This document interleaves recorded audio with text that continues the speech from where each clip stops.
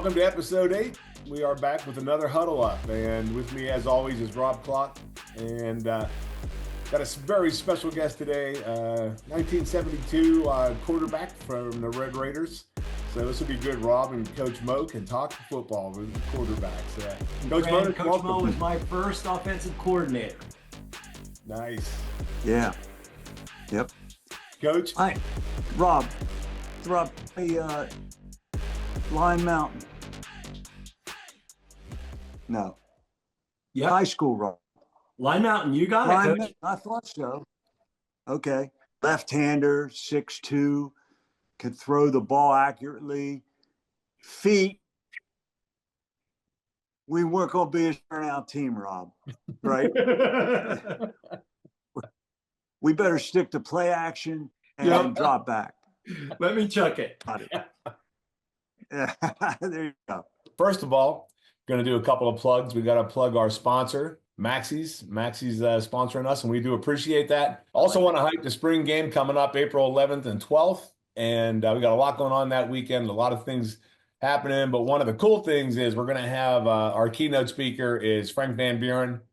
His book, Life Lessons from the Cockpit, and great running back, and ends up a helicopter pilot in the Army. And then now he's a very successful businessman.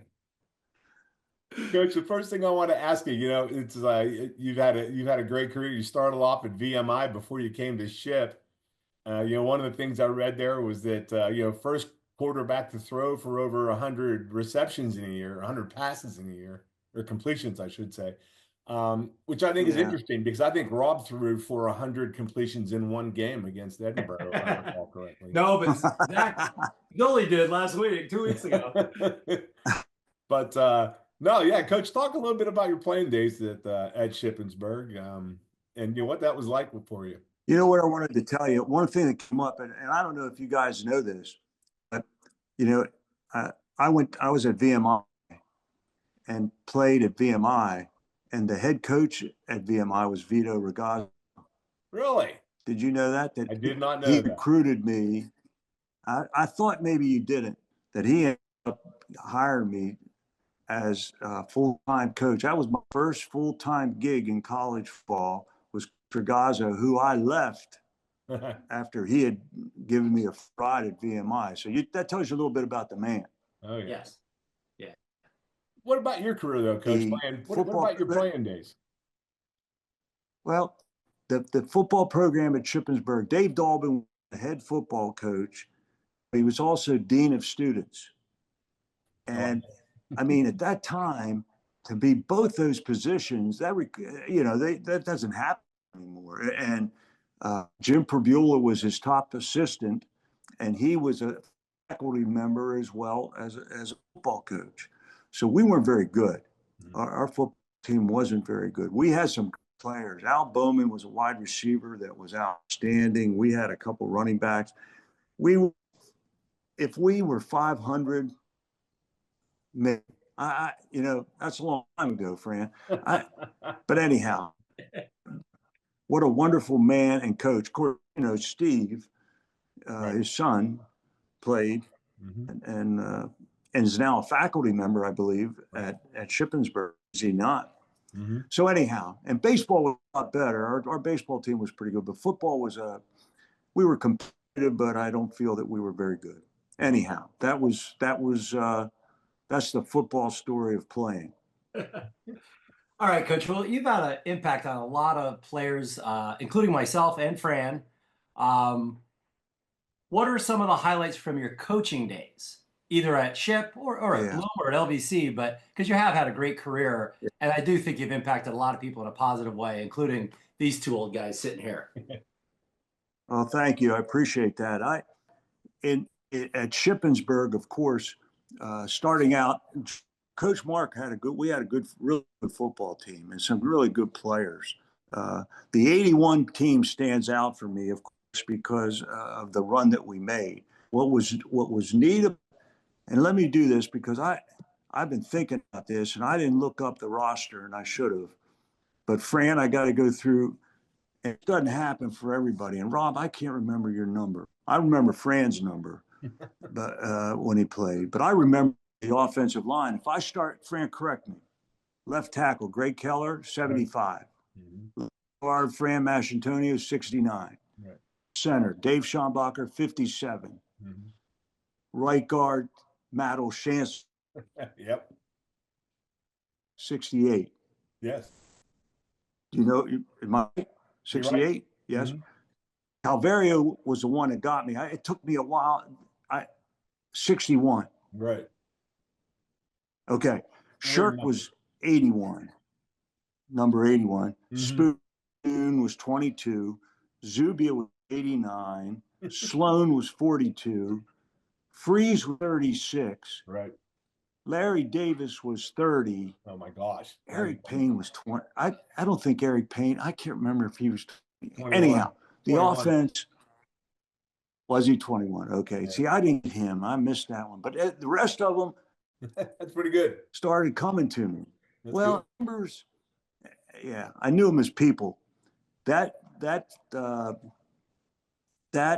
football team. Well, Tim Ebersol was 12.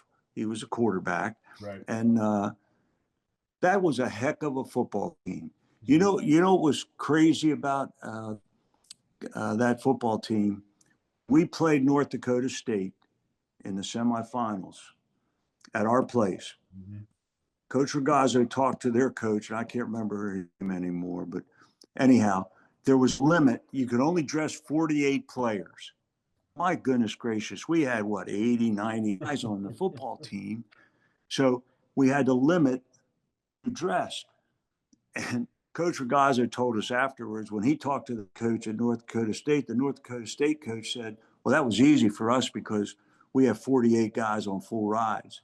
Oh, my gosh. Really? They had 48 guys on full rides. Wow. I think Eddie Noon was making most in scholarship money, and if it was $1,000, maybe. I'm not even sure if it was that. Mm-hmm. By the way, a quick story about Eddie Noon. I'll never forget. You talk about, Rob, you talk about learning, but when we were running sprints early on, and I was a young coach, I watched Eddie running. I jumped all over him for loafing in sprints. And he was upset. And you know what? He was right. His gait, he was so smooth. That's how fast he was fast, but he was smooth. And I had never seen that before in my life. Mm-hmm. And I had to apologize to him for doing that. I mean, anyhow, those when I got the head job at in Valley, we took over a football team that had a 16-game losing streak. Mm. And I remember the first meeting that I went to, there were 44 players at that meeting, 44. And I was Mr. Tough Guy, and I tried to get rid of as many as I could by running them. I had them running and lift. Not one guy quit. Not one guy quit in that group. It was amazing. And we brought in, what did we bring in? It's 30 freshmen, 35. We had a squad of about 80. And we added 4 more games to that losing streak before we won. Yeah. It was 20 when we finally won. But that group of guys played their hearts out. And we weren't very good. We finished 2-8, but it was the start of building a program. And so that experience was great. And then at Bloomsburg, let me tell you, Danny Hale just went into the Hall of Fame, the National College Hall of Fame. He had his winning percentage, and I didn't realize this.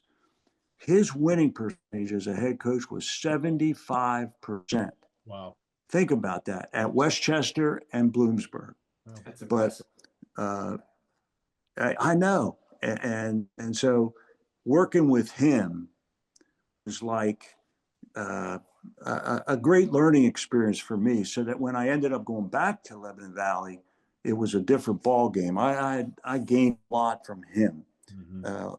He was you talk about the fundamentals, and the players knew him just like they knew Coach Ragazzo, just like they knew Coach Mark. So I was very fortunate to work with some good guys.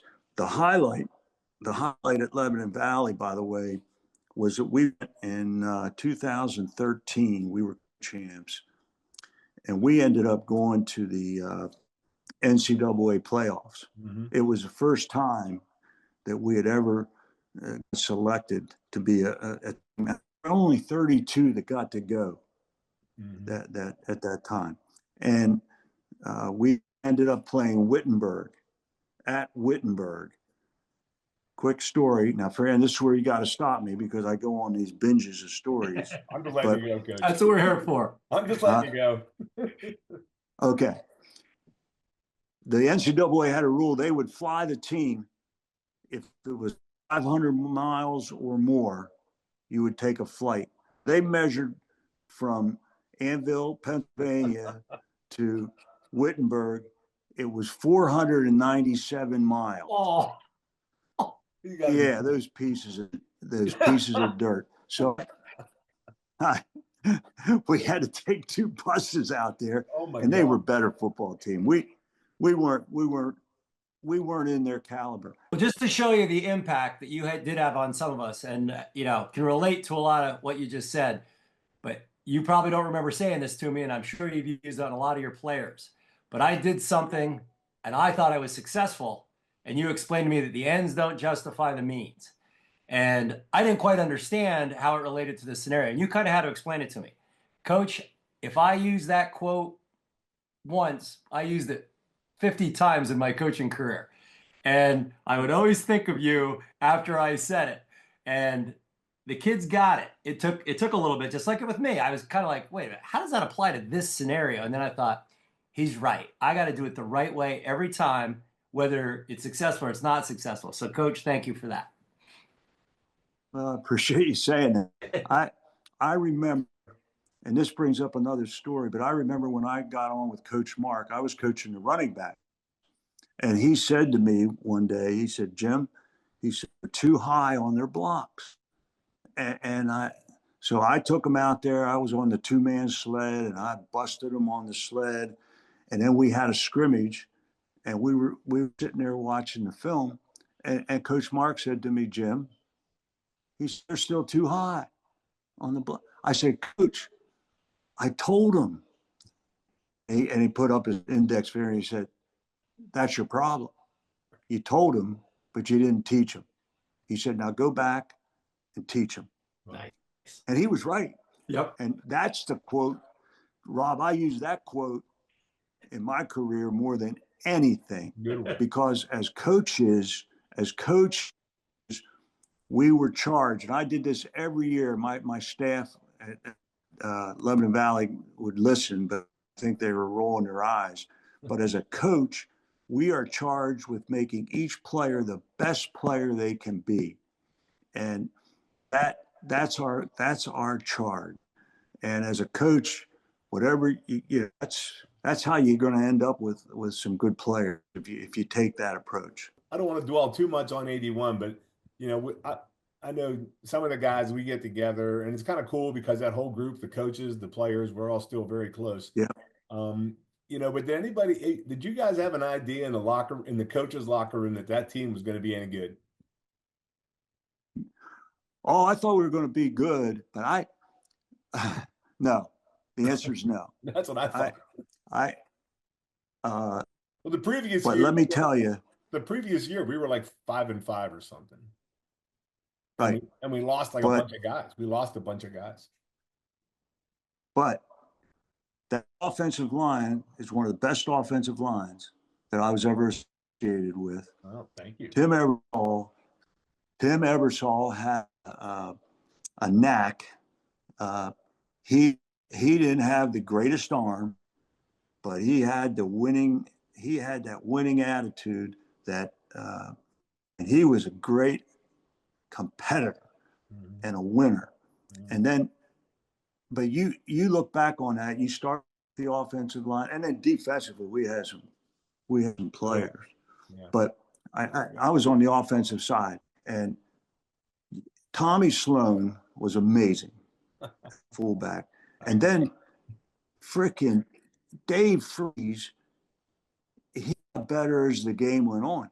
The more you gave him the ball, the better he got. I agree. And he never said Bo Peep. He just played.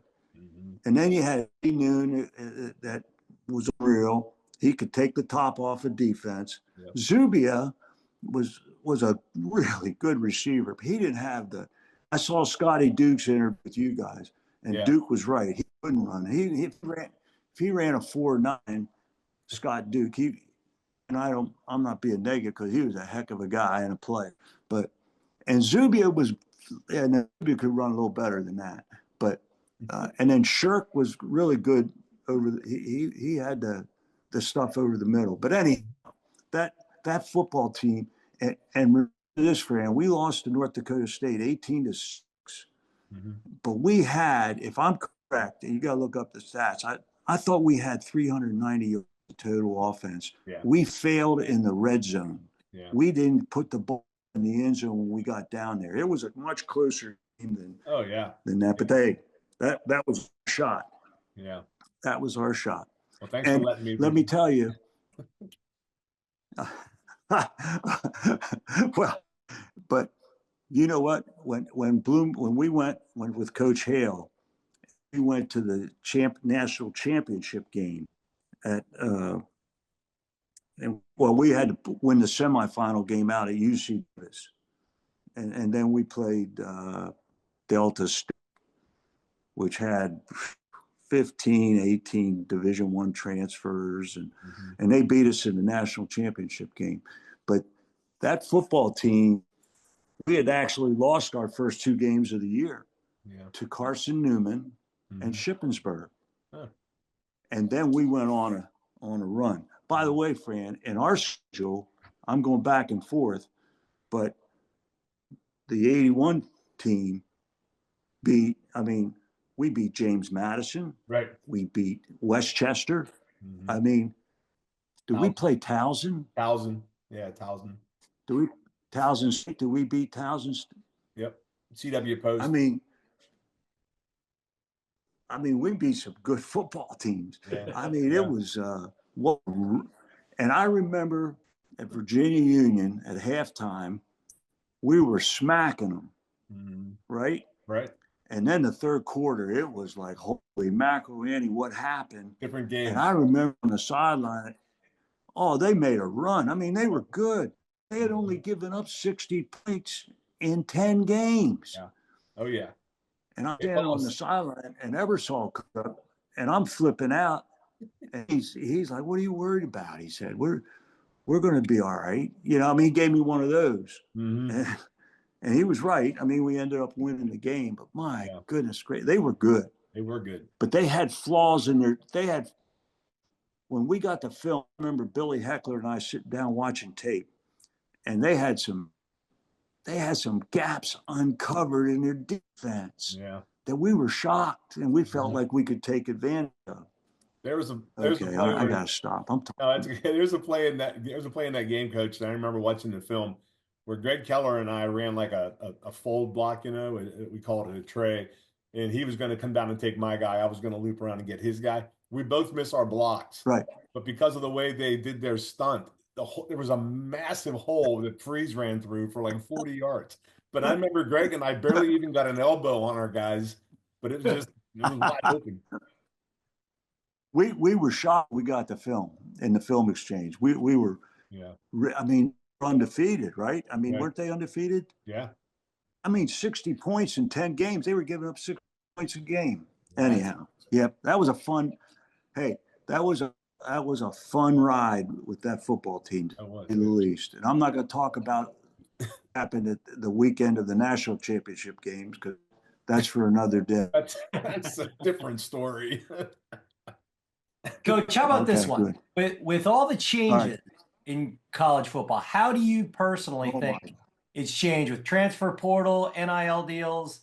I know it's a nightmare. I agree with you, but I just want your take on it because with your experience, I want to hear your take. Okay. and I have strong feelings about this. Let's start.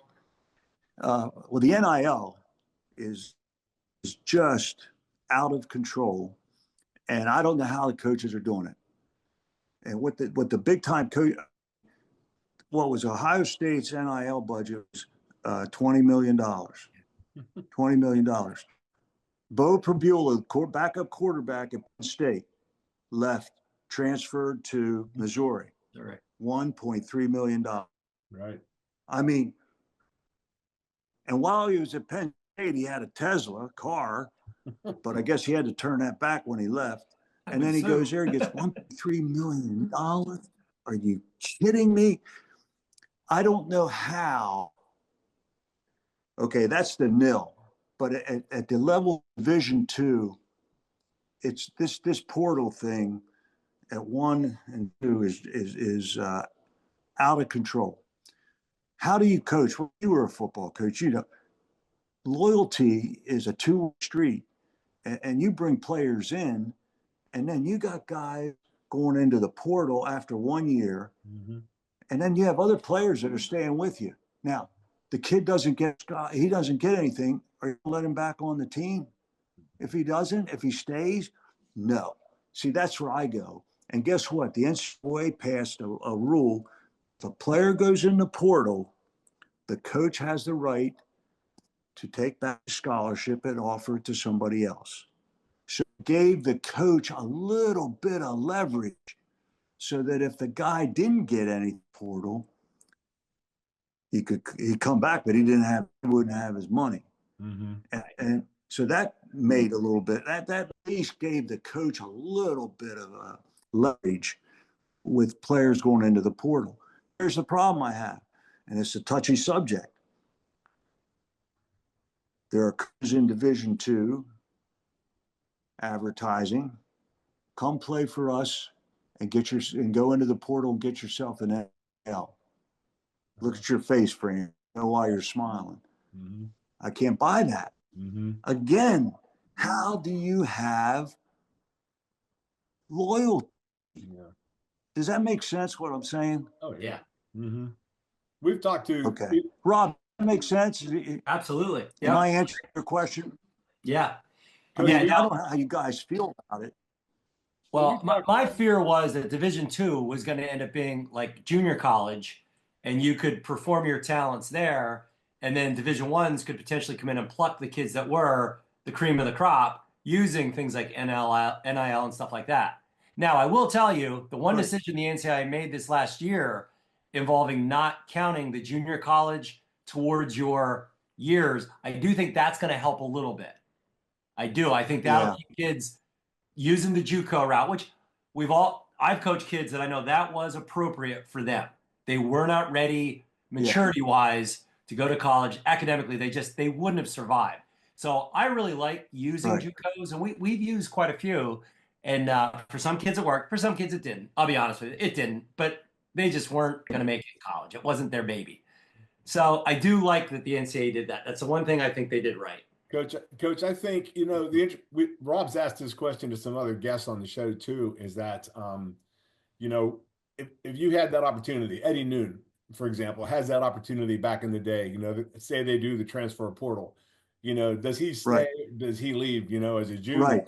But what of the guys that we've talked to, a lot of them were like, no, man, it was more about the program. I think the mindset back in those days was the team, the loyalty aspect of it, but that's shifted away. I know, Fran. That's changed.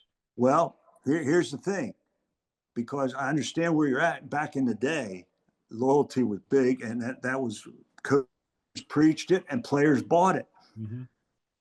And that loyalty thing, Fran, two-way street.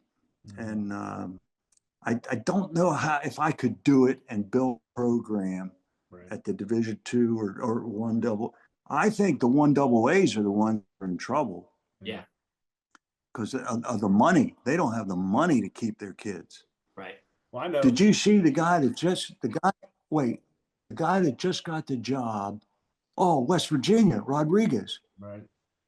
25 guys from the transfer portal. He signed 25. Now, how do you feel? You're a player on that team, and all of a sudden you got freaking 25 guys coming in. Yeah. Okay, enough said. Yeah, Deion Sanders did it last year at Colorado. Same thing. Yeah. Yeah.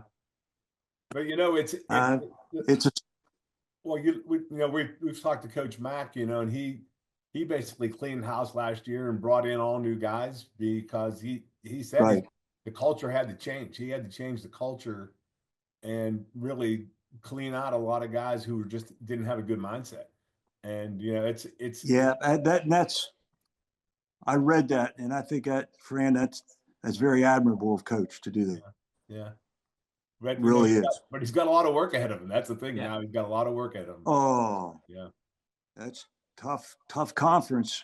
Yeah. Tough conference. Yeah.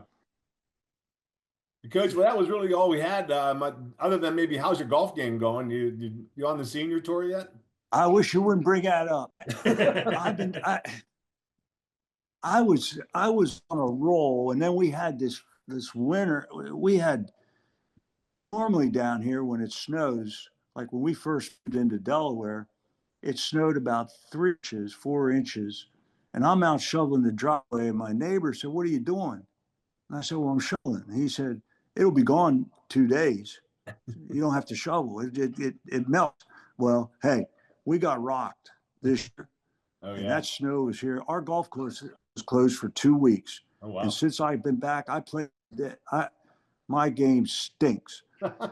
Very upset about that.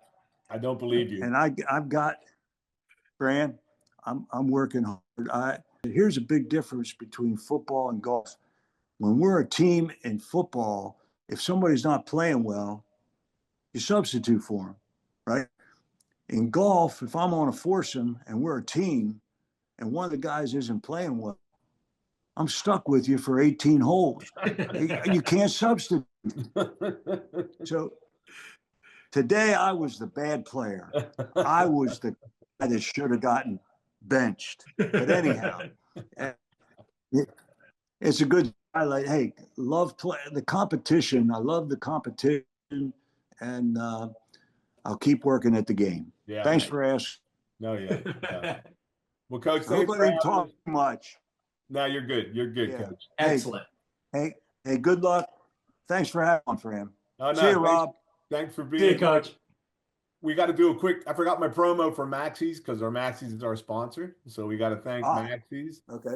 And also, I want to remind everybody that subscribe to our YouTube channel when you're watching this. Also, don't forget spring game, April 11th and 12th. I really admire you guys doing that because you got to get to apples because right now the PSAC is apples and oranges. Yeah. And that's just the way it is, unfortunately, but that's the way it is. So, hey, thanks for having me on. All right. Thank you, Coach. Thanks, Rob. Thanks, Coach. See you soon.